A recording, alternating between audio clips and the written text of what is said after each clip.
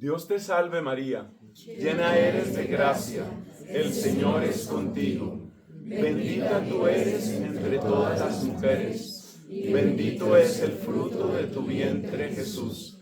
Santa María, Madre de Dios, ruega por nosotros pecadores, ahora y en la hora de nuestra muerte. Amén. En el nombre del Padre, y del Hijo, y del Espíritu Santo. Siéntense, por favor.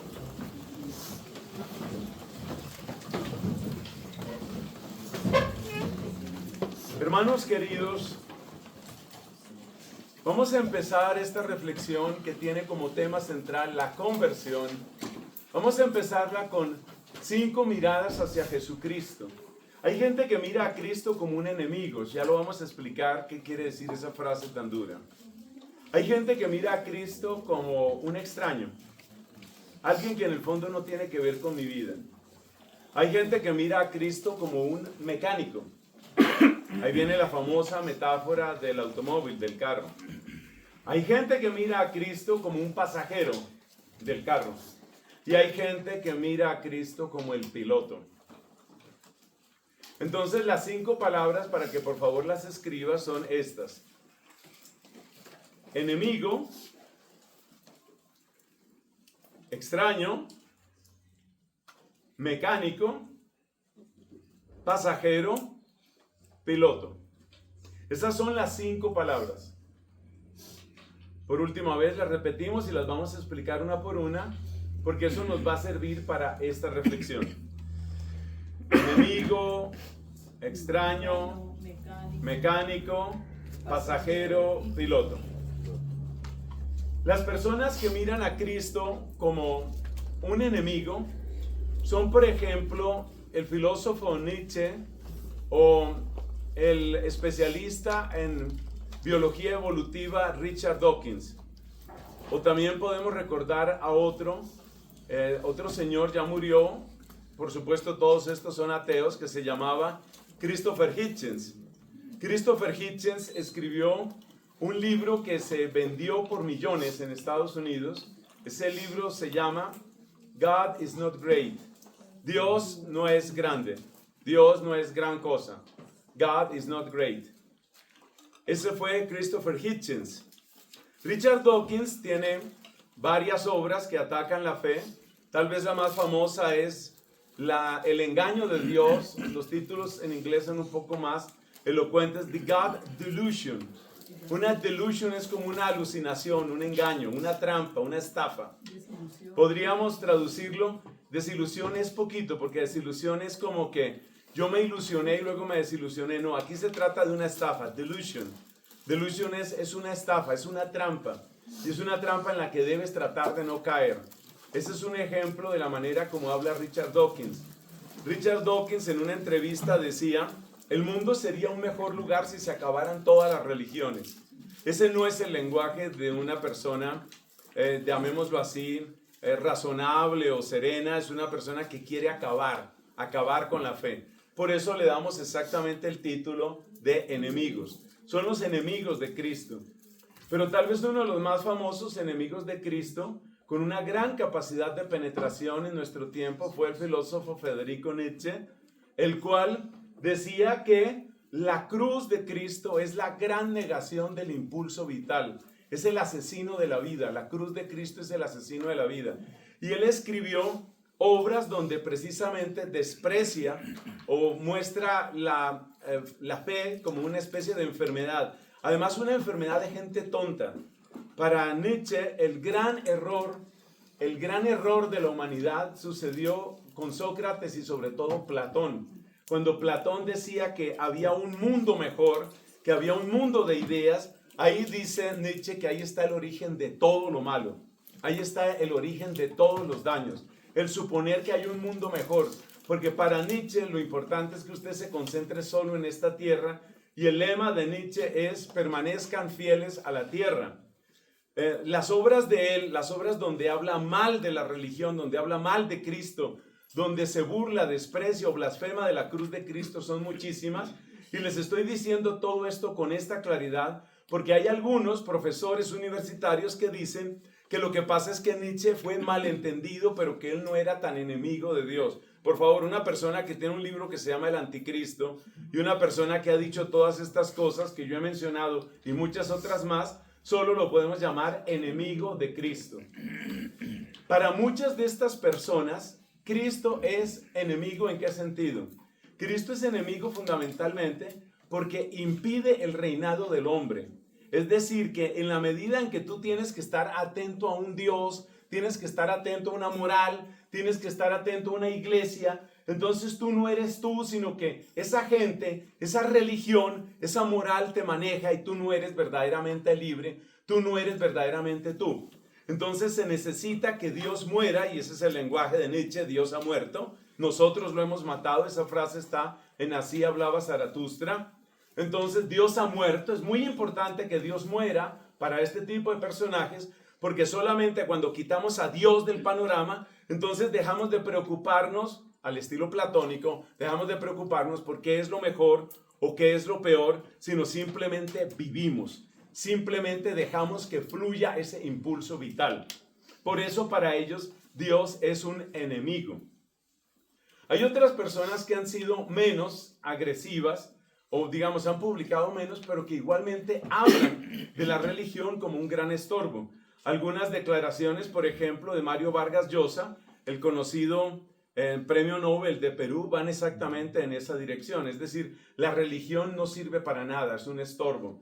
Y este científico, muy conocido por sus trabajos en neurología y en funcionamiento del cerebro, el científico colombiano Rodolfo Ginás, no ha perdido oportunidad. Cada vez que viene a Colombia dice: mientras Colombia siga con esos atavismos y con ese lastre de la Iglesia Católica, no va a prosperar. Hay que acabar con eso.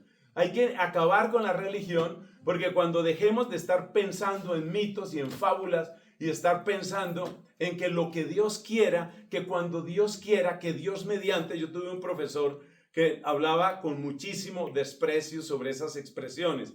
Él decía: todas esas expresiones lo único que hacen es quitarle responsabilidad y quitarle fuerza al ser humano. Eso de que si Dios quiere, deje de estar diciendo si Dios quiere, usted haga lo que tiene que hacer, punto. Deje de preocuparse de Dios, deje de estar diciendo ¿Dios mediante qué? No hay ningún Dios que esté ahí. Esa es una actitud realmente agresiva. Esos son los enemigos de Cristo. Los enemigos de Cristo existen. Algunos enemigos de Cristo no son así de agresivos, pero de todas maneras exhiben una autosuficiencia y un gran desprecio. Así, por ejemplo, en Colombia tenemos el caso de un señor muy conocido, un hombre extraordinariamente inteligente llamado Alejandro Gaviria. Él fue ministro de Salud, él fue candidato presidencial. Es un hombre indudablemente talentoso, ilustrado, estudioso, pero usted no le oirá sobre Dios ninguna expresión que no sea de desprecio. Más o menos la actitud de él es: nosotros no necesitamos de eso. Lo primero que él hizo cuando fue rector de la Universidad de los Andes, porque él fue rector en esa prestigiosa universidad, lo primero que él hizo fue quitar un Cristo grande, famoso, casi diríamos legendario, que estaba en la oficina del rector. La expresión que utilizó, que ha quedado para la historia, es: quiten eso de ahí. Quiten eso. Es decir, eso me estorba. Mi rectoría no necesita eso. Entonces hay que saber que sí hay enemigos de Cristo, sí los hay. De una manera activa, como por ejemplo Richard Dawkins, que dice: acabemos con la religión, o de una manera pasiva diciendo: yo no necesito de eso. Esas personas existen. Nosotros no declaramos enemigas a esas personas que son enemigas de Cristo, pero sí debemos tener, por una parte, una actitud muy clara de saber que eso existe.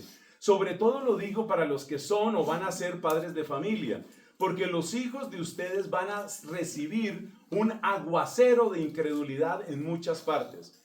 Yo estudié en la Universidad Nacional. No recuerdo ninguno de mis profesores que fuera creyente o se manifestara creyente, y varios eran explícitamente ateos. Pero no son solo las universidades públicas, muchas universidades privadas han llegado a la conclusión, los docentes han llegado a la conclusión de que manifestarse como creyentes les quita autoridad intelectual. O sea, tienen la idea de que hay más autoridad intelectual si uno suprime esa idea de Dios, porque ellos piensan que Dios es como una especie de parche que le ponemos a nuestra ignorancia. Escriba eso que le conviene. La frase básica es esta: la mayor causa del desprecio a Dios en el mundo intelectual, así va la frase, ¿cómo fue que dije? La mayor causa del desprecio a Dios en el mundo intelectual es la idea de que Dios es un parche para nuestra ignorancia.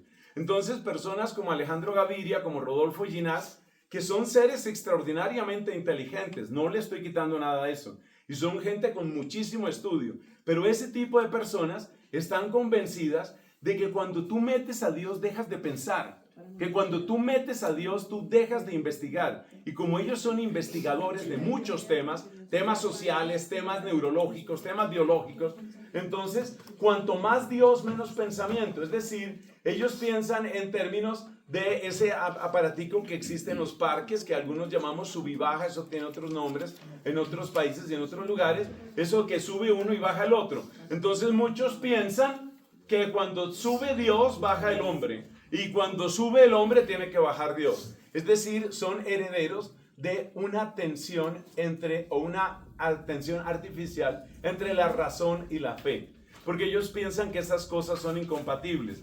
He tenido que predicar de esto muchas veces. Perdónenme la propaganda descarada. En mi canal de YouTube ustedes se encuentran especialmente en una sección que se llama cientificismo. Si usted pone en YouTube cientificismo Fray Nelson, ahí le sale toda una serie que yo publiqué sobre este tema. Porque hay que darse cuenta que esa oposición entre razón y fe, o la oposición entre ciencia y religión, es una oposición que a duras penas tiene 300 años, tiene menos de 300 años.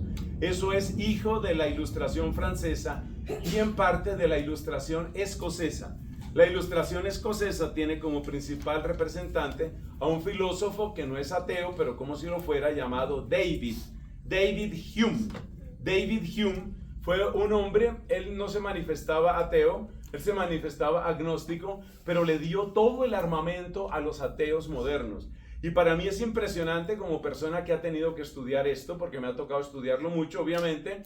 Tuve que estudiarlo en particular en mi doctorado. Para mí es impresionante darme cuenta que todavía hoy, cuando tú le preguntas a una persona del mundo anglosajón, le preguntas cuáles son los grandes filósofos, entre los primeros 3 siempre te va a mencionar a David Hume y probablemente va a incluir a otro hombre de otro ateo, supuestamente un genio muy grande llamado Bertrand Russell. Bertrand Russell también aparece ahí.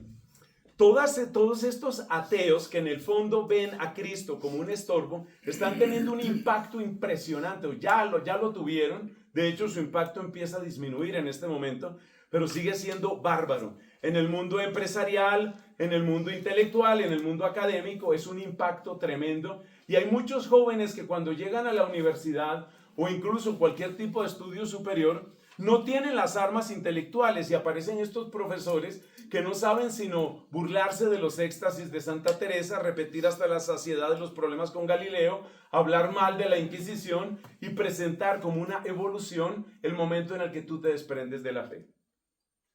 Esos son los enemigos. Dijimos que eran 5 palabras.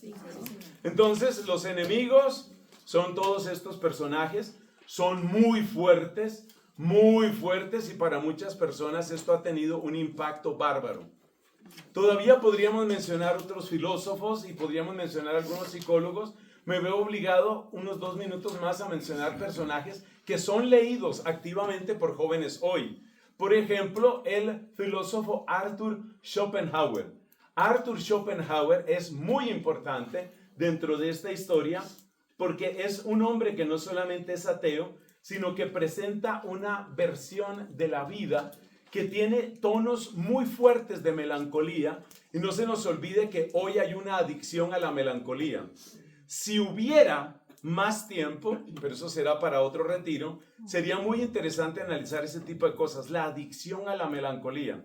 Hace un tiempo eso se expresaba particularmente en aquellos jóvenes que se manifestaban como emos. ¿Ustedes se acuerdan de los emos? Y la idea del emo era así un personaje medio gótico, siempre triste, siempre amargado, siempre estaba como mal. Y eso se volvió muy popular. porque era un emo y entonces estaba así como amargado. Hay una adicción a la amargura y hay una adicción a la melancolía hoy. Y uno de los grandes patronos en la adicción a la melancolía se llama Arthur Schopenhauer. El día que usted vea a su hija leyendo a Arthur Schopenhauer, usted no tiene que maltratarla, pero usted tiene que saber que su hogar está en problemas y que en algún momento su hija va a pensar en suicidarse. Porque todos los que leen a Schopenhauer llegan a eso. Hay otro tipo de autores, como por ejemplo Jean-Paul Sartre, que es muy famoso. Tenemos que pensar también en Michel de Foucault, que añade a ese nihilismo o niquilismo, es decir, a esa idea de que no hay en realidad un orden en el universo, él añade un libertinaje. Ustedes saben que Michel de Foucault tenía una cantidad de pulsiones y desórdenes sexuales de todo tipo. La gente habla de él como si fuera un gran intelectual. No dudo de su cociente intelectual. La mayor parte de las personas que les estoy citando son personas que estoy seguro tenían un coeficiente intelectual muy superior a la mayoría de nosotros. Pero es que la inteligencia no es todo, hermanos. Bien dice nuestra amada Santa Catalina de Siena, así como los pies llevan el cuerpo, los afectos llevan el alma. Y tú puedes tener una inteligencia portentosa como la tenía Albert Camus, como la tenía Jean-Paul Sartre, como la tenía Michel de Foucault, cualquiera de estos. Si tú no tienes tus afectos en orden, que de eso nos va a hablar después Lina Catarina, si tú no tienes tus afectos en orden, y ya veremos cómo se ordenan los afectos, entonces tú terminas poniendo tu inteligencia al favor, las pones al servicio. Pones tu inteligencia al servicio de tus depravaciones. Ese es uno de los casos, no es todos los escritos, pero es uno de los casos de Michel de Foucault. Otra persona que era impresionantemente inteligente era el fundador del psicoanálisis, el señor Sigmund Freud. Sigmund Freud veía con infinito desprecio la fe. Él decía que cuando tú tienes fe, quiere decir que tú no has superado las rupturas con tu papá y que todo tu afán de estar buscando un Dios que te protege, un Dios que te ama, un Dios que es providente, mi papito Dios, Sigmund Freud te miraría con infinito desprecio, sonreiría con autosuficiencia y diría, otro que no ha superado el trauma con el papá. Eso fue Sigmund Freud. Discípulo de Sigmund Freud hay otro señor que se ha vuelto muy popular en nuestra época y que se llama Carl Jung. Eso se escribe con J-U-N-G, Carl Jung.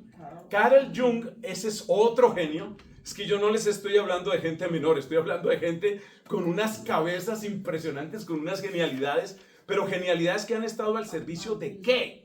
Eso es lo que uno tiene que preguntarse. Entonces, Carl Jung no se opone directamente a la religión, pero al preguntarle por Dios, él dice, a mí no me interesa si Dios existe o no existe, lo que me interesa es que Dios tiene un lugar en el inconsciente colectivo, lo cual significa Dios es una idea que se repite en mucha gente y yo soy estudioso de esas ideas, que él no las llama ideas, las llama arquetipos. Yo soy un estudioso de los arquetipos. Entonces, como hay mucha gente que cree en los demonios, a mí no me interesa si existen los demonios, yo estudio el fenómeno de la repetición de esos arquetipos. Los arquetipos se parecen mucho a lo que hoy llamamos memes. Muchos se parecen. De hecho, esa palabra meme la hizo popular el señor Richard Dawkins, refiriéndose a las concepciones intelectuales o incluso afectivas que van contagiando a toda una sociedad.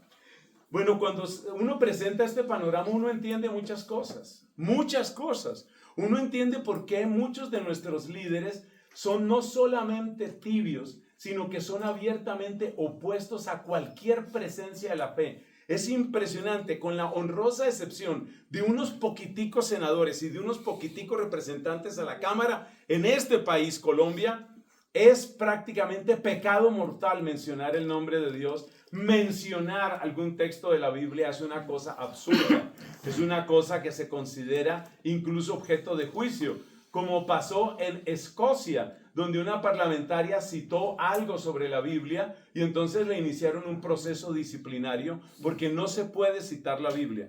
O sea que si ustedes creen que vivimos en un mundo tranquilo y donde la libertad religiosa está garantizada, lamento decirles que no es así y que por eso hay que prepararse.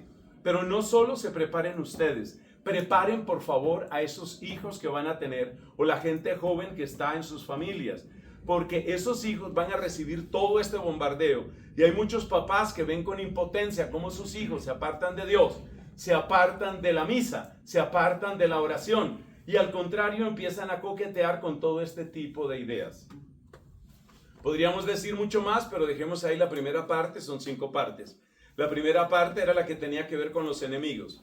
Ahora hablemos de los extraños, es decir, los que ven a Cristo como un extraño. ¿Qué significa ver a Cristo como un extraño? Esto tiene varias versiones, necesito que el Espíritu Santo me ayude para hablar de la mejor manera y para presentarles a ustedes las principales versiones de ese ver a Cristo como un extraño. Una de las versiones es la persona que considera que yo no le hago mal a nadie. Esa es la frase favorita de muchas personas. Yo no le hago mal a nadie. ¿Qué significa yo no le hago mal a nadie? Significa yo no estoy atacando a Cristo, Cristo no tiene por qué meterse conmigo, y entonces organizan su vida. Organizan su vida, no tienen que pelear con Dios. Se puede ir a misa porque finalmente si se muere un vecino y tengo que ir al funeral, pues habrá un cura que dice misa, entonces hay que estar en la misa, pero yo no voy a ir. Si se casa la hija y la hija le parece bonito entrar más, es más bonito entrar en una iglesia que entrar en una notaría, entonces la hija quiere casarse y quiere vestidito blanco y quiere rosas y quiere una iglesia porque ese es un cuadro muy bonito para las fotos. Esa es la gran motivación de la muchacha, que las fotos queden bonitas. Y es muy importante que sean fotos muy bien impresas, que resistan el corto tiempo que va a durar ese matrimonio antes del escandaloso divorcio. Entonces, hermanos, esa es la persona que es extraña a Cristo. Es decir, Cristo en el fondo no le importa. Cristo está allá, yo no tengo que pelear con Él, pero yo no le hago mal a nadie. Él no se mete conmigo, yo no me meto con Él. Otra versión de que el que ve a Cristo extraño se llama la religión del supermercado. Por favor, sigan escribiendo, no se cansen de escribir. La religión del supermercado, ¿qué es? Es el estar escogiendo lo que a mí me sirve. Entonces, por ejemplo, hay personas que escogen, les voy a dar los 2 ejemplos más típicos. Hay personas que escogen la parte de la moral social, por ejemplo, la parte de la justicia social. En el pontificado del Papa Francisco, que tanto insistía en los temas de los pobres y de la justicia, esta gente estaba feliz. Escogen todo lo que tenga que ver con la mala distribución de la riqueza, el daño ecológico, la necesidad de trabajar por la dignidad humana, la necesidad de promover a los más pobres. Toda esa parte de la enseñanza de la iglesia les parece fantástica. Cuando la iglesia dice que el matrimonio es para siempre, entonces ya esa parte ya no les gusta. Cuando la iglesia dice que hay pecados que tienen que ver con la sexualidad y que, por ejemplo, no hay manera dentro de la perspectiva católica que haya una aprobación de una pareja homosexual, entonces ya ellos dicen, pues esa parte no me interesa. Es decir, como cuando tú estás en el supermercado y entonces tú dices, marca de jabones, me gusta este. Pero, por ejemplo, si se trata de sopas instantáneas, esa marca no me gusta. O si se trata de desodorante, pues yo escojo el desodorante que a mí se me dé la gana. Hay muchas personas que miran la religión de esa manera. Otros se van al otro extremo. En las tendencias políticas de derecha abunda la idea de que basta con que uno sea provida. Aunque como dice un predicador católico muy conocido, más que provida son pronacimiento. Es decir, lo que quieren garantizar es que la gente nazca. Pero es que ser provida, como lo han explicado varios obispos, sobre todo obispos norteamericanos, ser provida en todo. Y ser provida significa que si hay condiciones inhumanas que están aplastando a los pobres, yo también ahí tengo que levantar mi voz. Pero muchos de los provida, más que provida, son pronacimiento. Entonces levantan su puño, salen a las protestas y dicen, sí, hay que luchar contra el aborto, hay que luchar contra el aborto. Y por supuesto que hay que luchar contra el aborto. Pero cuando se trata de temas de justicia social, ahí sí, por favor, usted no me toque mi billetera. Yo veré cómo manejo mis cuentas, yo veré cómo manejo mis inversiones. Esa es otra manera de convertir a Cristo en un extraño. Es un extraño, ¿por qué? Porque yo simplemente estoy escogiendo del mundo cristiano lo que a mí me interesa. Ninguno de nosotros, pienso yo, a menos que, bueno, no sé qué tipo de historia tenga usted en el mundo corporativo, ninguno de nosotros tiene un gran apego afectivo hacia una marca, no quiero decir aquí ninguna. Usted piensa en su supermercado favorito. Cuando usted va a su supermercado favorito, usted no tiene ninguna adhesión afectiva hacia eso. A usted no le interesa, usted no siente un gran amor. Oh, estoy entrando en esta tienda. Qué maravilla este supermercado. Esto me relaja. No, usted simplemente va a conseguir lo que usted quiere. A usted no le interesa lo que está sucediendo ahí. Hay gente a la que no le interesa Cristo. Simplemente escogen una que otra idea y forman su propia religión. El caso peor de ver a Cristo como un extraño, ¿cuál es? El caso peor, amigos míos, es el de aquellas personas que se aprovechan del nombre de Cristo para lograr sus propios intereses. Esto es espantoso porque aquí va a aparecer una palabra de la que tenemos que sentir vergüenza todos, especialmente nosotros los sacerdotes, pero también otros líderes cristianos. Esa palabra es la palabra abuso. ¿Qué es el abuso? El abuso es utilizar la autoridad que te da Jesucristo para lograr tus propios fines. Esos propios fines pueden ser plata, esos propios fines pueden ser poder, esos propios fines pueden ser dominio sobre otras personas, esos propios fines pueden ser también situaciones sexuales desordenadas. Por eso, actualmente en la Iglesia Católica, y a mí me parece que esto va a ser muy interesante, aunque hay que pedirle a Dios que lo hagan muy bien, se está haciendo una reforma al derecho canónico, una pequeña reforma, pequeña en el número de cambios que va a haber, una reforma al derecho canónico de la Iglesia, o sea, el derecho por el que nos regimos todos los que somos católicos. Se está haciendo una reforma para incluir los delitos de abuso espiritual. El abuso espiritual es el convertir la autoridad que tú tienes como sacerdote, por ejemplo, para manipular a la gente o para ponerla al servicio de tus intereses. Los casos peores, indudablemente, son los de abuso físico, abuso sexual, pero hay muchas otras formas de abuso. Y nosotros, especialmente nosotros los sacerdotes, tenemos que estar alerta a eso. Pero repito, no solamente nosotros, hay una cantidad de casos de un país donde me han invitado a predicar, espero poder ir en algún momento, me comentaban la situación que están viviendo. Resulta que allá la renovación carismática, pero lo mismo pasa en otros movimientos, no crean que es un problema solo de carismáticos. La renovación carismática pues ha estado muy en manos de laicos, como es apenas natural. Y me contaba la persona con una tristeza inmensa, me decía lo que ha sucedido en ese país y me decía, pues esto se convirtió en plata. Los cantantes llenándose de plata, cobrando por un concierto como si fueran estrellas de Hollywood. Los predicadores pidiendo y reclamando todos los privilegios, todas las prebendas. Fíjate que una persona que está usando a Cristo es un extraño, es decir, Cristo no le importa. Cristo es solamente una manera de lograr lo mío. No tiene una adhesión a Cristo. Y yo tiemblo al decir esto porque eso nos puede pasar y de hecho ha sucedido con algunos o muchos de nosotros los sacerdotes. Les estoy diciendo esto, por una parte porque sé que muchos de ustedes oran por los sacerdotes y por otra parte se lo estoy diciendo porque es importante que usted esté en guardia y usted sepa que usted tiene una dignidad como persona humana, como hombre, como mujer, como bautizado. Usted tiene una dignidad. La primera señal de alarma, que me parece absolutamente fundamental, la primera señal de alarma en este tema, es cuando la persona que es su director espiritual, que es su sacerdote, de alguna manera manifiesta que usted solo debería hablar con él o con ella, porque también hay mujeres abusadoras en este sentido. Y ese abuso femenino no es menos malo. No es mejor, el abuso femenino también sucede. Son estas personas que tratan como de adueñarse y entonces son lideresas o como se les llame, lideresas en sus comunidades, pero quieren acaparar todo y adueñarse de todo. Cuidado con eso. Cuidado cuando algún sacerdote te dice, usted confiésese solamente conmigo. Cuidado cuando un sacerdote le presenta como que todos los demás sacerdotes son unos corruptos y que los únicos que confiesan bien o dirigen bien son los que están en su comunidad o están en su tendencia. Cuidado con eso. He tratado, yo personalmente, aquí abro mi corazón, yo he tratado de defenderme de eso con todas las fuerzas de mi alma. Y a muchas personas, yo creo que a varios de los que están aquí presentes les he dicho, cuando se confiesan conmigo les he dicho, si deseas confesarte o consultar cualquier cosa que yo te diga con otro sacerdote o con otra persona, hazlo. Por favor, conserven ustedes siempre la dignidad de su conciencia. Entonces, esto es para decir que hay personas que en realidad son extrañas a Cristo, que en realidad no creen en Cristo, que en realidad no aman a Cristo, sino que solamente usan a Cristo. Y ese es uno de los motivos por los que hay que orar con toda el alma para que nosotros seamos auténticamente los que predicamos, seamos auténticamente servidores de Él. una palabra que está sobre mi cabeza como la espada de Damocles, una palabra que está sobre mi cabeza como esa espada que pende sobre mí, es la que dijo el apóstol Santiago. No pretendan ser todos maestros. Nosotros recibiremos un juicio más severo. Más severo.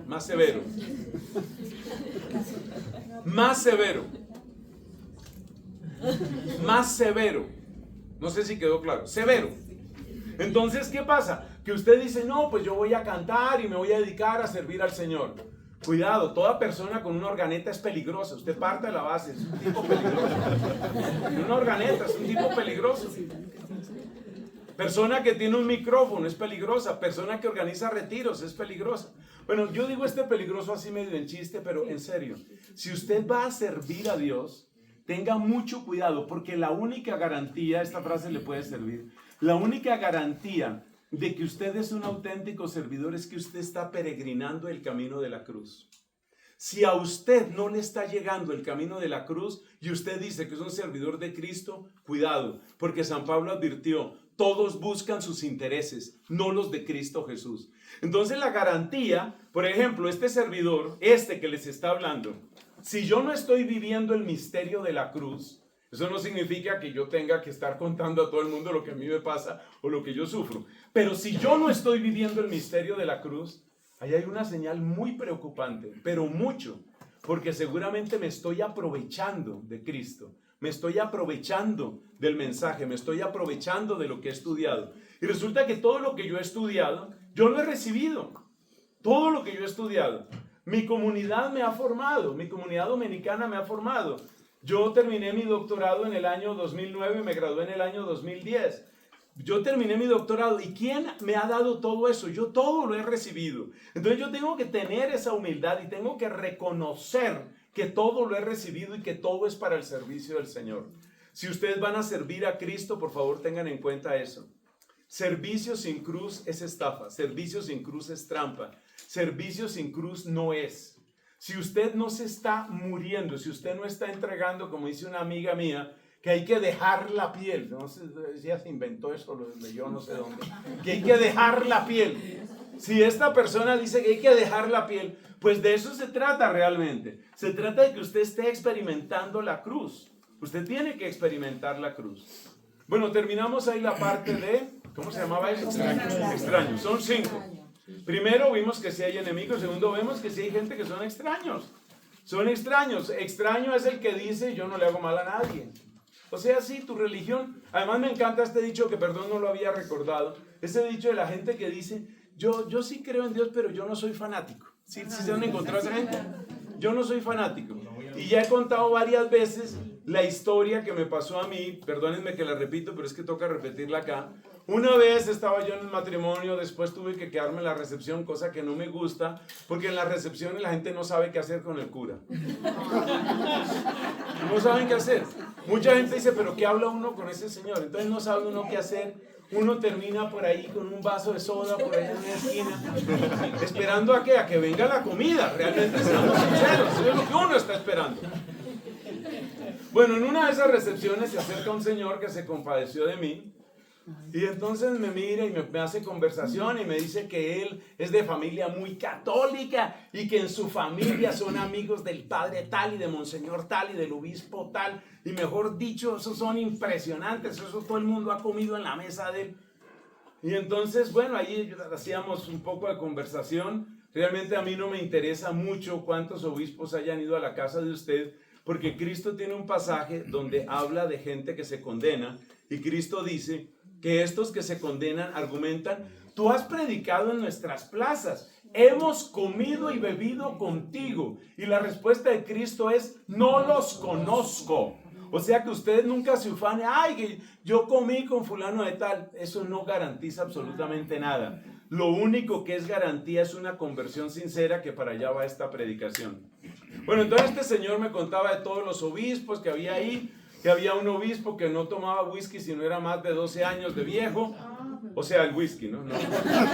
Y entonces, bueno, entonces este señor contaba todo eso y me decía que él, obviamente, querido padre, me parece estarlo viendo, obviamente, querido padre, soy muy católico, pero yo no soy fanático, soy muy católico, no soy fanático. Bueno, como él se ufanaba de ser católico, pero no fanático, entonces a mí se me ocurrió preguntarle, ¿y qué es ser fanático? Entonces me dice este señor, mientras se tomaba permiso, me tomo aquí yo mi sorbito.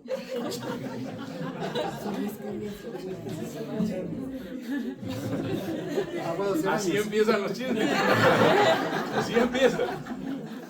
Claro, el padre nadie sabe lo que hay en esa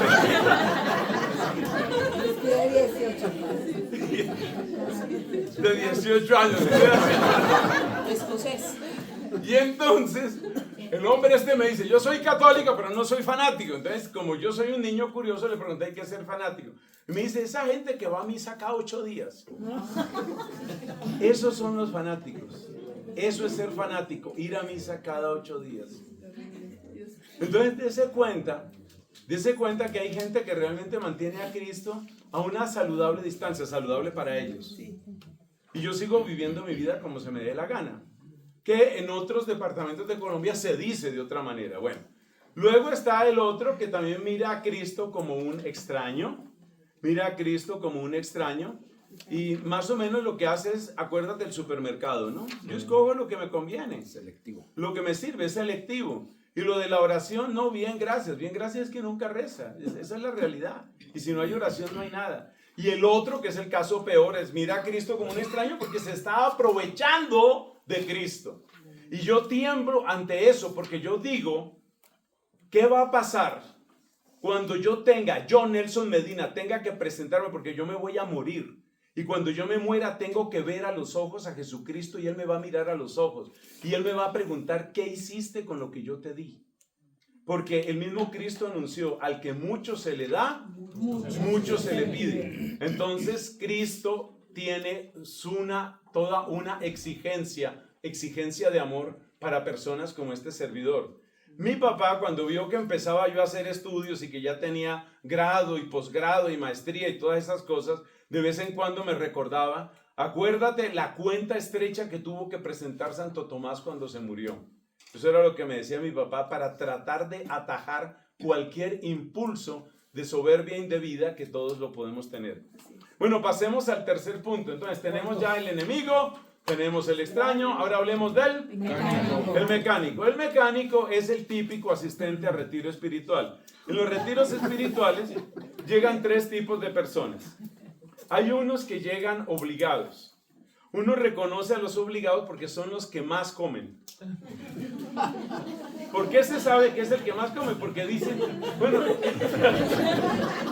porque dice, dice, bueno, ya que estoy aquí, No aplican todos los casos. por lo menos, tengo que sacarle provecho a estos 3 días. Entonces, bueno, este es un chiste, pero usted me entiende. Entonces, hay personas que llegan obligadas. Hay personas que llegan, muchas personas, que llegan con una intención realmente de conocer, de dar un paso en su vida espiritual, que Dios nos ayude a todos. Y hay otras personas que tienen un atorado, decimos aquí en Colombia, o tiene una herida que le está sangrando y supurando, y la persona va a que le ayuden a superar esa situación. ¿Por qué? Porque mis hijos me hacen sufrir mucho, porque tengo miedo de mi salud, porque resulta que me estoy envejeciendo y no sé cómo va a ser mi vejez en esta soledad tan terrible, porque resulta, es decir, tiene un problema, tiene una herida, tiene un vacío. Y damos gracias a Dios por toda esa clasificación de heridas que nos presentó nuestra predicadora Lina Catarina. Creo que eso le hizo mucho bien y qué bueno que les quedaron esas hojas a cada uno de ustedes. Eso realmente le sigue sirviendo a uno mucho tiempo después. Entonces, uno tiene una herida y aquí es donde entra el tema del mecánico, amados hermanos, que aquí llamamos el mecánico. Acuérdense que nosotros funcionamos con la metáfora del carro, la imagen del carro. Entonces resulta que el carro está fallando porque se le dañó una llanta, porque el motor no funciona, porque el embrague no sé qué. Y entonces usted necesita que le reparen el carro. Entonces tenemos gente que se acerca a Cristo, pero como el que busca al mecánico. Es decir, cuando tengo un problema, yo sé que la solución está en Cristo. Entonces voy a, por ejemplo, un retiro y entonces yo voy a solucionar mi problema. ¿Eso está mal? No, eso está muy bien, porque Cristo nuestro Señor es vida y salvación de todos los que creen en Él. Porque Cristo nuestro Señor es de corazón compasivo. Acercarse a Cristo cuando uno tiene una necesidad es lo mejor que usted puede hacer. El error no está ahí. ¿Cuál cree usted que es el error? Que apenas se soluciona el problema, uno se olvida. El ejemplo típico lo tenemos en ese pasaje que salió no hace mucho en la Santa Misa, donde usted se acuerda que había 10 leprosos, ¿se acuerda? Y había uno que era samaritano, no sabemos si había más samaritanos, eso no lo especifica la Escritura, pero había uno que era samaritano y con seguridad otros eran galileos o judíos. Los había juntado la necesidad, los había juntado la miseria, los había juntado el dolor, porque el dolor une a las personas. Y estos 10 leprosos se acercaron a Jesús y poniéndose a distancia, encontraron en Cristo su mecánico. ¿Mecánico para qué? Mecánico para arreglar su vida. Porque mi vida no marcha, porque mi matrimonio no marcha, porque esta tristeza no me deja, porque tengo un dolor, porque tengo una rabia terrible, porque quisiera a veces matar y comer del muerto, porque no sé qué más hacer, Señor. Entonces la persona, como estos 10 leprosos, se pone delante de Cristo y le dice a Cristo, ¿qué? Le dice lo que ellos dijeron, compadécete de nosotros. Están buscando una solución. Pero cuando les llegó la solución, ni siquiera se volvieron a decir gracias. Solo uno, gracias. Entonces, observe eso. Ese es el que está buscando a Cristo como un mecánico. Usted no vive en un taller de mecánica, por supuesto que no. Usted va donde el mecánico y usted espera que el mecánico arregle lo que está dañado. Usted es lo único que quiere. Usted no quiere quedarse ahí, usted no le interesa cómo es el mecánico, usted no le interesa si el mecánico tiene problemas. Si usted va del taller y el mecánico le dice, sabe que tengo problemas. Entonces usted dice, ya entiendo, bueno, ¿y dónde queda otro taller? Porque usted necesita solucionar su problema, porque usted está pensando únicamente en usted. Entonces hay gente que va a Cristo como el que va al mecánico y apenas se me arregla el problema, yo sigo mi vida y yo sigo con el timón bien agarrado y yo me olvido de Jesucristo. Cristo criticó abiertamente en el Evangelio esto. Hay un pasaje que finalmente me lo aprendí, ya lo cito de memoria, pero no sé dónde queda, ustedes lo buscarán, pero lo estoy citando correctamente. Cristo se quejó de algunas poblaciones donde él había hecho muchos milagros. Esas poblaciones que quedan en Galilea eran Corosaín y Betsaida. Y la expresión de Cristo es un lamento. Ay de ti, Corosaín. Ay de ti, Betsaida. Porque si los milagros que se han hecho en ti se hubieran hecho en Tiro y en Sidón, hace tiempo se hubieran convertido cubiertas de saco y ceniza. Es decir, señales de penitencia. Atención a esa palabra penitencia que va a ser muy importante en la parte final de esta predicación. Entonces, dése cuenta lo que dice Cristo. Si los milagros que se hicieron ustedes se hubieran hecho en Tiro y Sidón, las ciudades de Tiro y Sidón pertenecían a la cultura fenicia. La cultura fenicia es famosa por muchas cosas, es famosa porque se considera exactamente por eso, porque los fenicios fueron los grandes iniciadores del alfabeto. Nuestro alfabeto, la grafía de nuestro alfabeto tiene relación con el trabajo de los fenicios. Ellos eran grandes navegantes, ellos eran grandes comerciantes y además eran adictos a la brujería, de tal manera que Tiro y Sidón eran centros de culto, especialmente a una diosa que se supone que daba mucha prosperidad, y esa diosa se llamaba Astarte. Entonces, ¿qué es lo que está diciendo Cristo? Que si los fenicios, con toda la brujería que tenían, porque estaban plagados de brujería hasta la coronilla, que si los fenicios, con toda la brujería que tenían, hubieran visto los milagros que sucedieron en Corosaín y en Betsaida, hasta esos plagados de brujería se habían convertido. ¿Qué quiere decir Cristo con esto? Pues que Cristo había hecho milagros, pero no se había dado el fruto. ¿Por qué? Porque miraban a Cristo como un parche, miraban a Cristo como una curita, esa bendita que se pone en una herida. Miraban a Cristo como una aspirina. Tengo dolor, hoy amanecí como mal, me tomo algo, ya se me pasó mi dolor. Miraban a Cristo simplemente como una aspirina. Cristo que me alivia un poco, Cristo que me quita un poco el dolor. A mí me impactó mucho un testimonio de ese gran exorcista ya fallecido, el padre Gabriel Amor, Este padre es muy importante en la historia reciente de la Iglesia Católica porque ese padre tuvo autorización como exorcista mayor de la Arquidiócesis de Roma, ni más ni menos, y recibió autorización del Papa San Juan Pablo II, del Papa Benedicto y creo que alcanzó a llegar hasta el Papa Francisco. O sea, Gabriel Amorth es un hombre de mucho respeto en el tema de los exorcismos. Y él decía cómo algunas personas buscan esas liberaciones, pero únicamente es como una especie de alivio. En el fondo no quieren que el demonio se vaya. Lo que quieren es sentirse un poco mejor. A usted le puede parecer absurdo que una persona que tiene conciencia de que el demonio le está perturbando, usted le puede parecer absurdo que una persona así no quiera liberarse. Pero es que hay muchas personas que no quieren sanarse, que en el fondo no quieren una solución de raíz, no la quieren. Lo que quieren es simplemente que el mecánico me arregle mi rueda, que el mecánico me acabe con ese ruidito que tiene el clutch, también llamado embrague, que el mecánico me arregle ese problema, pero para yo seguir mi vida como se me dé la gana, como se me dé la gana. Yo quiero seguir manejando mi vida. No quiero otra cosa sino que Cristo me arregle mi problema. Mi matrimonio está mal, entonces voy a un retiro con mi esposo que finalmente accedió. Usted observa que el esposo en el retiro come mucho. Ya usted sabe lo que eso significa. Usted se da cuenta que el hombre come y come, que incluso mira otros platos a ver quién dejó por ahí. Pero usted va con el esposo porque usted ama a su esposo, porque usted quiere sacar adelante su matrimonio. Pero apenas las cosas empiezan a mejorar, ya no necesitamos más. Ese es el mecánico. Pasemos al cuarto punto, mis hermanos. Esto va llegando a su recta final. El cuarto punto es, ¿cómo se llama? El pasajero. Después de que uno ha usado a Cristo, yo siento dolor de usar esa palabra. O sea, me parece terrible tener que decir usar a Cristo.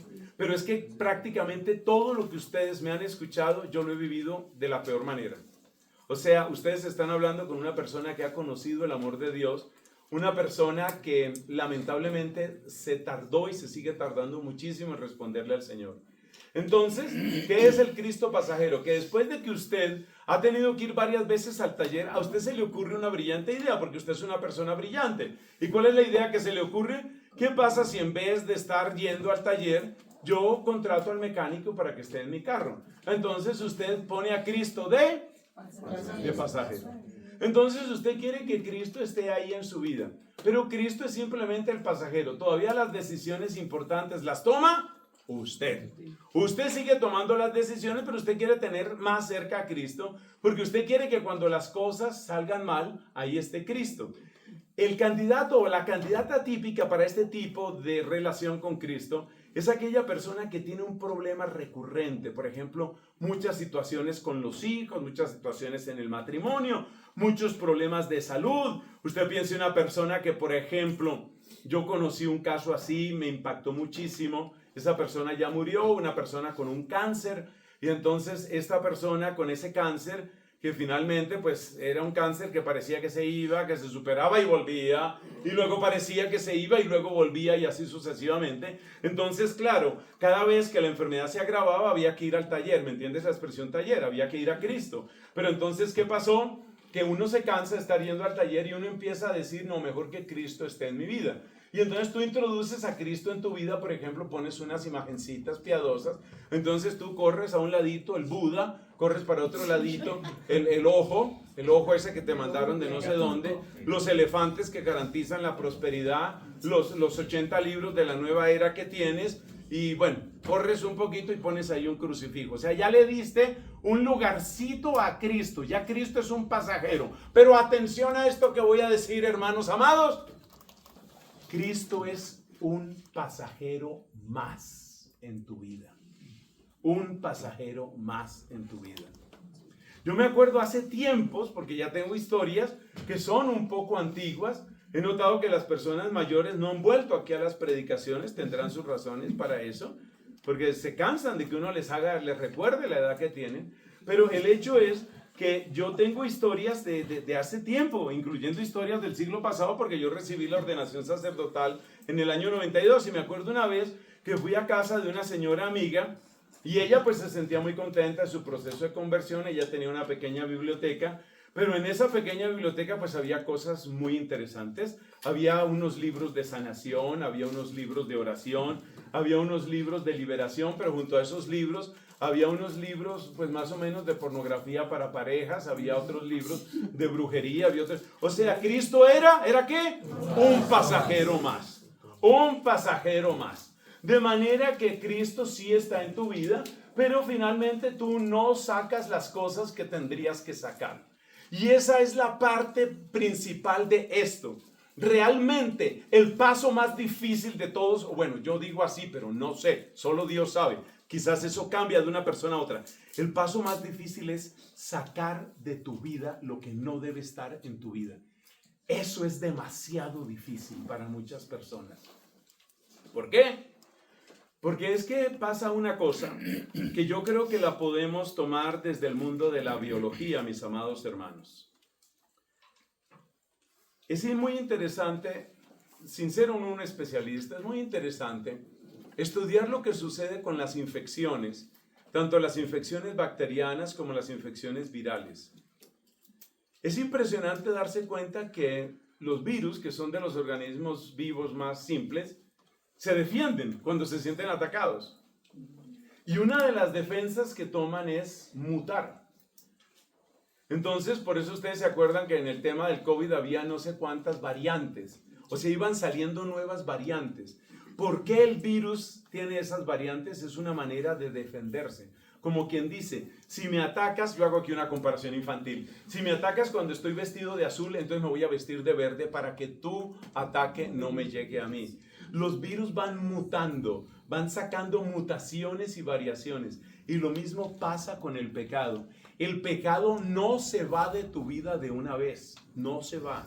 El pecado primero intenta mutar para permanecer.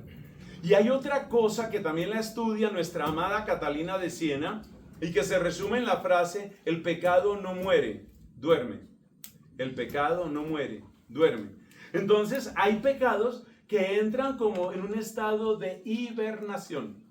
Por supuesto que el término no es técnico, un biólogo que me escuche pues sonreirá, pero yo lo digo así popularmente. Entonces el virus entra como en un periodo de hibernación, como quien dice, se esconde, se queda quietecito mientras pasa la avalancha del antiviral o lo que esté tomando la persona, y ya se acabaron los antivirales. Entonces, ahora sí vuelve a salir. Y por eso hay personas que en el caso del COVID, por ejemplo, se ha detectado una cosa que se llama COVID largo. El COVID largo parece que está relacionado con eso, es decir, que realmente el virus no termina de ser vencido, sino que el virus simplemente, por decirlo así, se encapsula, se esconde y vuelve y sale. El cáncer hace lo mismo, y esto es una cosa muy dolorosa y muy frustrante para muchas personas, amados hermanos, porque resulta que le hacen un tratamiento muy fuerte a la persona, con radioterapia, con quimioterapia. Ustedes saben lo que producen esos mecanismos terapéuticos, y la persona queda devastada. Una quimioterapia, yo he tenido hermanos de comunidad, tengo un hermano al que ya le han hecho 3 quimioterapias en distintos años. Eso es una cosa terrible. Uno lo mira y uno ve lo que está viviendo y no sé, uno siente una misericordia, una compasión muy grande. Entonces, ¿qué pasa? Que después de que termina el tratamiento registran y aparentemente vencido el problema. Ya se acabó el problema, ya vencimos el cáncer. Pero ¿qué dicen ahora los médicos prudentemente? Hay que hacer controles. ¿Y por qué hay que hacer controles? Porque nosotros creemos que la enfermedad fue vencida. Pero hay que volver a examinar. 3 meses, o yo no sé, eso cambia según el tipo de cáncer. A veces es cada 3 meses o lo que sea, pero siempre son por lo menos durante 5 años. Porque es posible que la enfermedad se esté escondiendo. Hermanos míos, el pecado hace exactamente lo mismo. El pecado se esconde. Un experto en sacar a los pecados de sus guaridas fue un gran sacerdote al cual le tengo una admiración muy grande, como muchos de ustedes, el conocido Padre Pío. El conocido Padre Pío era un hombre impresionante, entre otras cosas porque Dios le dio un carisma que no es frecuente en absoluto, y es de lectura de conciencia. A veces él le decía a las personas pecados que estaban ahí escondidos, porque el pecado se agazapa, el pecado se esconde. Y yo me he encontrado con personas que se confiesan. Yo por eso tiendo a hacer esta pregunta. Discúlpenme si no la he hecho a las personas que he confesado en este retiro. Pero una pregunta que uno tiene que hacer es, ¿usted recuerda algo de su pasado que no haya dicho? Algo grave de su pasado, no cualquier tontería. Algo grave de su pasado que usted no ha dicho por vergüenza o por descuido al prepararse para la confesión. Para gran sorpresa mía, un número no pequeño de personas dicen, sí, padre, hay algo que nunca me he atrevido a confesar. ¿Sabe qué quiere decir eso de nunca me he atrevido a confesar? Que el pecado estaba agazapado. Cuando usted sabe que cuando llega la confesión es como si llegara un río poderoso, como ese río de Ezequiel, un río poderoso que te va a limpiar profundamente. Entonces, ¿qué hace el pecado? Cuando viene ese río de la gracia divina, cuando viene ese río impresionante del amor de Dios, el pecado, como esos virus, se agazapa y aguanta que pase todo ese torrente. Y después de que la persona salió del confesionario, dice, hello, aquí sigo. Por eso, como yo sé que este es un día en que varios de ustedes, muchos de ustedes, van a recibir la confesión, por favor, hagan confesiones a fondo, hasta donde usted alcance a ver. No se necesita, nos enseñó el Papa Francisco, detalles morbosos no tiene que decir. Por ejemplo, los nombres nunca importan. No importa realmente eso, pero lo que es el pecado que usted ha cometido, sí, dígalo. Y asegúrese de que la raíz misma, acuérdese cuando a uno le van a hacer una operación y le tienen que sacar un tumor, ¿cuál es la voz victoriosa que da el médico cuando va a sacar un tumor? Dice, salió todo. Estaba encapsulado. Hace poco a mí me hicieron una pequeña cirugía para quitarme un quiste que tenía en mi cuero cabelludo. Y entonces la persona que me operó, una magnífica profesional, creo yo, me dijo, estaba perfectamente encapsulado, ha salido todo. Es decir, no quedó esa raíz, porque esa raíz que queda vuelve a crecer. Entonces, ese es el gran problema. Y por eso se necesita, aquí es donde hablamos de la penitencia, por eso se necesita una dosis de penitencia. Esa dosis de penitencia es la renuncia específica a los bienes que yo buscaba en ese pecado. Acuérdese lo que decíamos en otra predicación, en todo pecado uno busca algún bien. Ese bien es un poquito más de poder, un poquito más de placer, un poquito más de dinero, un poquito más de algo. Entonces, si usted deja una raíz de un tumor, piénselo nada más, suponga que Dios nos preserve a todos, amén. Si usted suponga que usted tiene un tumor, Dios nos preserve a todos. Usted tiene un tumor, ¿a usted le gustaría que el doctor lo operara y le dijera, bueno, yo dejé ahí un poquito por si acaso? Le diría, ¿por si acaso qué? ¿Por si acaso qué, doctor? Había que sacar todo. Lo mismo tiene que ser la confesión. Y por eso uno tiene que decirle a Dios, tiene que salir todo. Y ese fue el don impresionante que tuvo el Padre Pío. Amen al Padre Pío, por favor. Yo lo amo, pero así como con temor, porque como uno ha tenido tantas mediocridades de sacerdote, y este hombre era pero tan santo, que es lo mismo que me pasa con Catalina, aunque ya haya mejorado un poco la cosa. Pero es que son santos tan grandes que uno se acerca a ellos y dice, no, pues aquí estoy yo, ¿qué diré yo miserable? Como dice un himno de la liturgia de las horas. Pero bueno, háganse amigos del Padre Pío. Cuando vayan a confesarse, pidan la intercesión del Padre Pío, porque muchas veces el Padre Pío le decía a la persona, usted no ha confesado tal pecado, usted no ha dicho tal cosa, y la gente se quedaba asombrada y le preguntaba, ¿y usted cómo sabe eso? Y él decía, eso no importa, usted haga su confesión completa. Entonces, hermanos míos, esa es la parte más difícil. Porque hay que hacer algo de penitencia, cada uno sabrá cuánto tiene que hacer. Porque hay que hacer algo de penitencia cuando uno se confiesa. Porque acuérdese que uno tiene apego al mal. Ay, padre, ¿cómo me va a decir eso? ¿Yo qué apego al mal voy a tener? A ver, directamente no tienes apego al mal, pero tienes apego a las ventajas del mal, a los bienes que te trae el mal. Por ejemplo, esos momentos en que tú humillas a tu esposo. Entonces te encanta humillarlo y así, y reducirlo a su mínima expresión y sentir, soy poderosa. Soy poderosa. Entonces usted tiene un apego al mal, usted esa sensación de poder le gusta. Tenga presente eso, por eso uno tiene que hacer penitencia, porque hay que destruir el gusto. Y eso no es fácil. No es fácil. Y ahí es donde perdemos a la mayor parte del pueblo católico. Porque la gente llega hasta el pasajero. La gente quiere tener a Cristo ahí como quien dice mecánico a domicilio, mecánico permanente. Cuando yo tenga un problema, cuando me vuelva a salir el temita, ahí tengo a Cristo. Cristo, acuérdate que somos amigos. Acuérdate, Señor Jesús, que yo te puse al lado del Buda, yo te puse. Acuérdate, Señor Jesús, que yo te puse al lado de... Cristo no quiere estar al lado de nada. Cristo ya está, como nos han dicho y repetido en este retiro, está a la derecha de Dios Padre. Punto. Cristo no quiere estar al lado de ninguna otra cosa. Ese es el gran problema. El día que tú dices, con Cristo todo, sin Cristo nada, el día que tú dices eso, el día que tú dices, no quiero tomar decisión importante en mi vida si no es con la bendición de Cristo, ese día llegamos al último punto de la conversión. Ese último punto se llama el piloto. Es el momento en el que uno dice, voy a darle el timón a Jesucristo.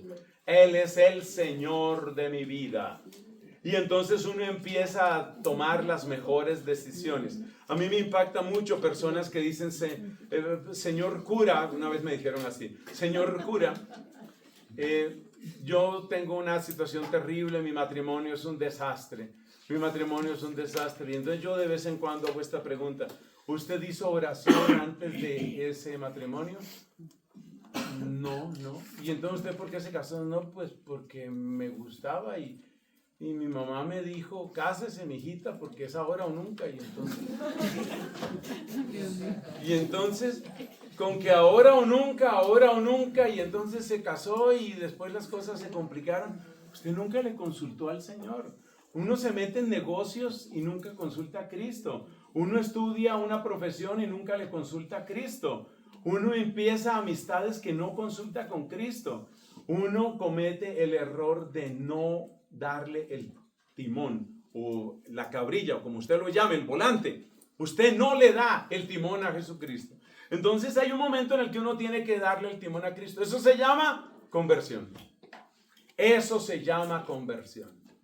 Conversión realmente es este quinto punto. Los anteriores son, mírenlo ustedes, más o menos como una preparación para la conversión. Pero ahí todavía no hay verdadera conversión. La conversión empieza cuando usted le da el timón de su vida a Jesucristo y sobre todo cuando usted mantiene el timón de su vida en Jesucristo. ¿Hay personas que han hecho eso? Por supuesto que sí. ¿Les ha costado trabajo? Por supuesto que sí. Siempre cuesta trabajo. Lo que antes dije de los líderes, ahora lo repito de todo el mundo. Dijo nuestro Señor Jesucristo, alabado sea su santísimo nombre. Dijo Cristo nuestro Señor, el que no tome su cruz cada día no puede ser discípulo mío. Y hay una anécdota muy famosa que ya me la han escuchado varios de Catalina de Siena. Catalina tenía muy claro el don de la cruz.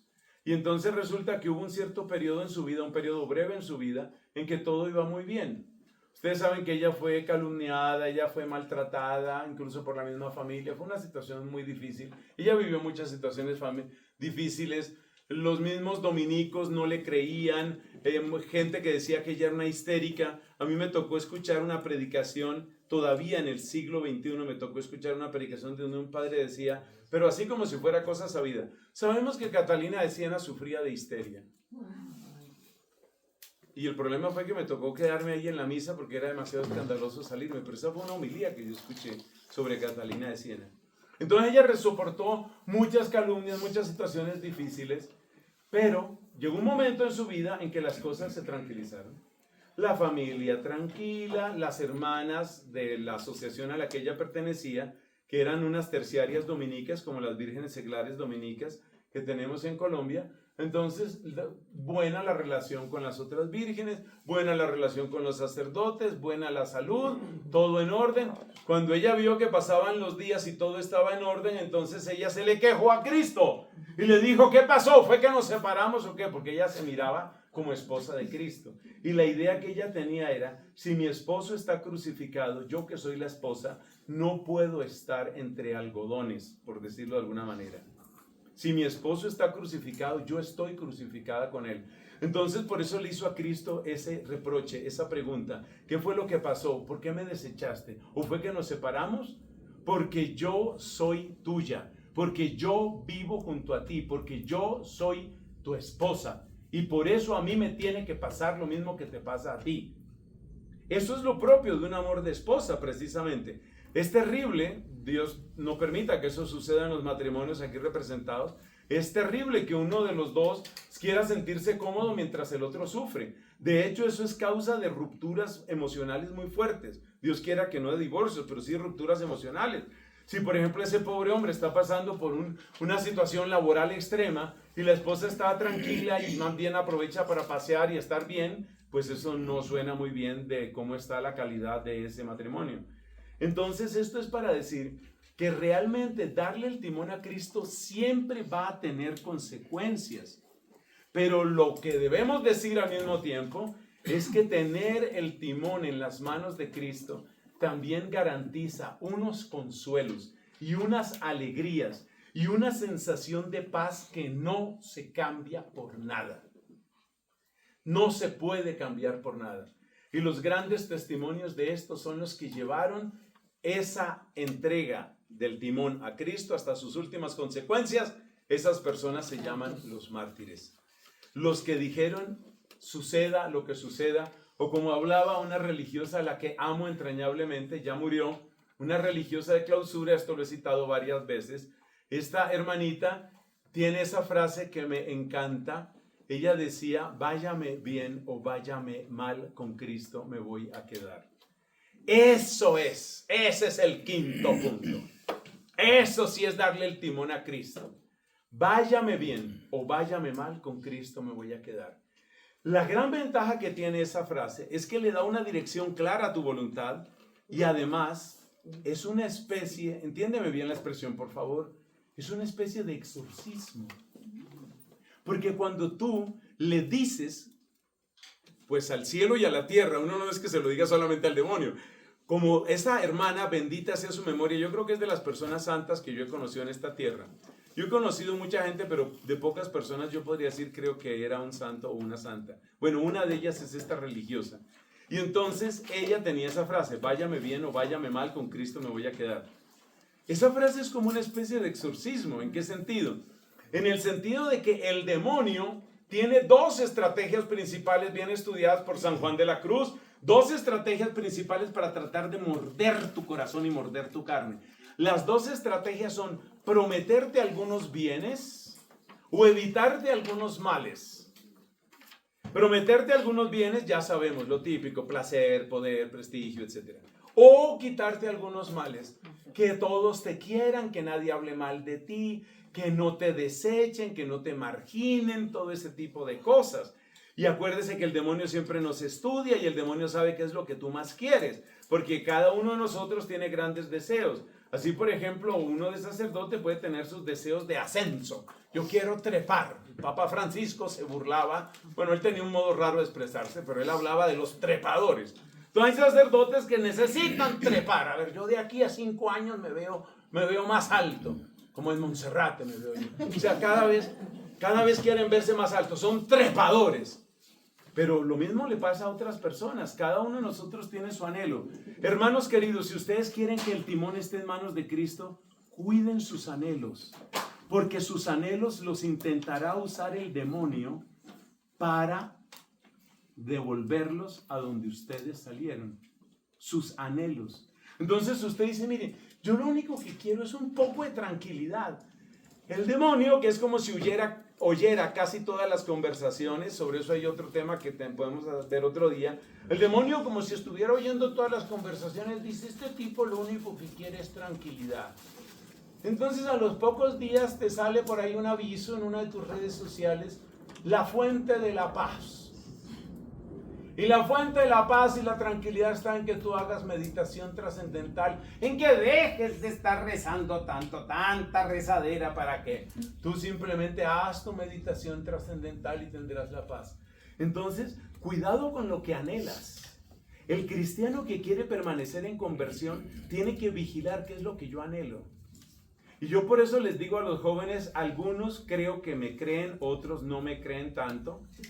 Pero yo les digo a los jóvenes, tenga cuidado con lo que usted anhela, porque usted quiere, por ejemplo, ascenso profesional. Acuérdese que hay algunos jóvenes que dicen, yo me caso porque me caso, así me muera de eso. Entonces, tengan cuidado con eso. Tengan cuidado con esos anhelos, ¿no? No, señor, en contra de lo que decía mi profesor ateo que les conté antes, uno dice, yo me caso si eso es lo que Dios quiere. Si eso es lo que Dios quiere. O sea, yo admito la posibilidad de que tal vez no me voy a casar. Yo quiero tener buena salud si eso es lo que Dios quiere. Una mujer que, por favor, ahí en uno de los descansos, en vez de estar comiendo y comiendo como gente que vino obligada al retiro, una de las mujeres que expresó esto de una manera preciosa fue otra doctora de la iglesia cuyo nombre es Santa Teresa de Jesús. La manera como Santa Teresa de Jesús expresa su rendición. Ella se rindió a la voluntad de Dios. O sea, yo no le pongo condiciones a Dios. Yo sí tengo anhelos. Por ejemplo, si una persona quiere casarse, una mujer es joven, quiere casarse, quiere tener un hogar muy bonito, eso está muy bien. Ese es un deseo lícito. Pero atención, deseos ilícitos jamás en tu corazón. En cuanto a los deseos lícitos, ponlos por favor en las manos de Jesús y Él sabrá qué es lo que más conviene. ¿Qué es lo que más conviene? Entonces, eso es entregarle el timón a Jesús. Tengo un deseo lícito, insisto en ese ejemplo que es de mucha actualidad. Por ejemplo, quiero ser papá, quiero ser mamá, dicen algunas personas. A mí me encantaría ser mamá, me parece fascinante eso de nunca dormir una noche completa. ¿Sí? Entonces ese papá o esa mamá quiere ser mamá porque es importante ser mamá. Bueno, maravilloso que usted quiere ser mamá, pero usted no sabe si eso es lo que más conviene. Eso es tener a Cristo en el timón. Porque el enemigo nos hace sus jugadas con los bienes que queremos y con los males que queremos evitar. Con los males que yo quiero evitar y con los bienes que quiero poseer, el demonio juega. Yo te voy a quitar problemas. Yo te voy a traer lo que tú deseas. Obsérvese que ese es el mismo sello, es el sello satánico por excelencia, es el sello de la brujería. El sello de la brujería es yo haré tu voluntad. El sello de la fe es tú harás la voluntad de Dios. Escriba eso que le conviene. El sello de la brujería es yo haré tu voluntad. Lograrás tu voluntad. Ese es el sello de la brujería. Y por eso la brujería, sea modelo nueva era o sea lo que sea, siempre te promete que tu voluntad se va a hacer. Ese es el sello de la brujería. Pero el sello de Dios, que es el sello del Sagrado Corazón de Jesús, el sello es la voluntad de mi Señor. La voluntad de mi Señor. Para ser claro, insisto en esta última idea y vamos terminando. Para ser claro, ¿es correcto tener anhelos? Por supuesto que sí. Tú quieres hacer una maestría, tú quieres mejorar tu carrera, tú quieres vivir en otro país, tú quieres que tu negocio prospere, tú quieres aprender muchos idiomas, tú quieres tener un novio, tú quieres tener una novia, o sea que sea modelo probablemente bielorrusa. Resulta que las mujeres bielorrusas son muy bonitas. Entonces usted dice, quiero una modelo bielorrusa. Pero ¿qué pasa? Que usted no clasifica como novio de mujer bielorrusa. Ahí está el problema.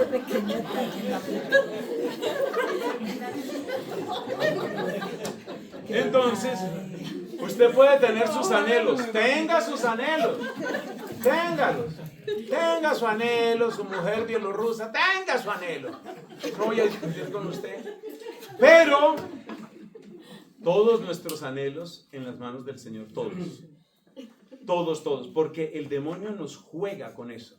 Y nos juega, por eso les he dado ejemplos de nosotros los sacerdotes. Usted sepa que todo sacerdote está siempre en peligro. Por eso hay que orar mucho por nosotros y aprender a ser buenos amigos de los sacerdotes, eso ayuda muchísimo. Entonces, hermanos queridos, eso es entregarle el timón al Señor y esa es la auténtica conversión. Y después de que usted llegue a esa auténtica conversión, su único trabajo es perseverar. Perseverar porque Jesús dijo, el que persevere hasta el final, ese se salvará. Hay que perseverar. Cuando ya llegue el final de su vida, porque ya usted se va a morir, llega el final de su vida, entonces usted persevera hasta el final. Y usted dice, como Santo Tomás de Aquino, usted dice, te saludo, precio de mi redención, por ti oré, por ti trabajé, por ti estudié. Usted tiene que recibir a Jesucristo. Dios permita que haya siempre un sacerdote cuando nos vayamos a morir, cuando esté cerca a la muerte. Entonces, usted se entrega totalmente a nuestro Señor. Ese es el propósito de la vida. Lo más importante no es si usted logró el gran negocio, si usted tuvo muchos títulos, si usted se casó, no se casó, tuvo muchos hijos. Tenga presente que tener hijos es una gran responsabilidad, porque la única razón por la que Dios le puede querer dar hijos a un muchacho o a una chica es para que sean santos. Ese es el único propósito. O si no van a ser santos, ¿dónde van a estar ellos? Entonces, ¿para qué usted quiso que vinieran esos seres a este mundo? Recuerde que todo ser que viene a este mundo va también para la eternidad. Pero en fin, esos son otros temas. Lo que tenemos que hacer ahora es, por favor, ponernos de pies. Terminamos con una breve oración y vamos a pedirle al Señor nuestra conversión. Que recorramos, por favor, sobre todo estos últimos pasos. Que no nos contentemos con el mecánico, no nos contentemos con el que era, el pasajero, sino que le demos realmente el timón a nuestro Señor. La oración con la que terminamos es la de la misa, es muy sencilla. Yo confieso ante Dios Todopoderoso y ante ustedes, hermanos, que he pecado mucho de pensamiento, palabra, obra y omisión. Por mi culpa, por mi gran culpa. Por eso ruego a Santa María, siempre Virgen, a los ángeles, a los santos y a ustedes, hermanos, que intercedan por mí ante Dios nuestro Señor. Dios Todopoderoso, tenga misericordia de nosotros, perdone nuestros pecados y nos lleve a la vida eterna. Amén. Termino ofreciéndoles la bendición. El propósito es que los que se vayan a confesar, independientemente de cuál sea el sacerdote, eso no es lo más importante. La persona con la que usted se vaya a confesar, usted recuerde al Padre Pío y haga la mejor confesión de su vida. Para eso les voy a dar la bendición. El Señor esté con ustedes. Y la bendición de Dios, Padre, Hijo y Espíritu Santo, descienda sobre ustedes y los acompañe siempre. Amén.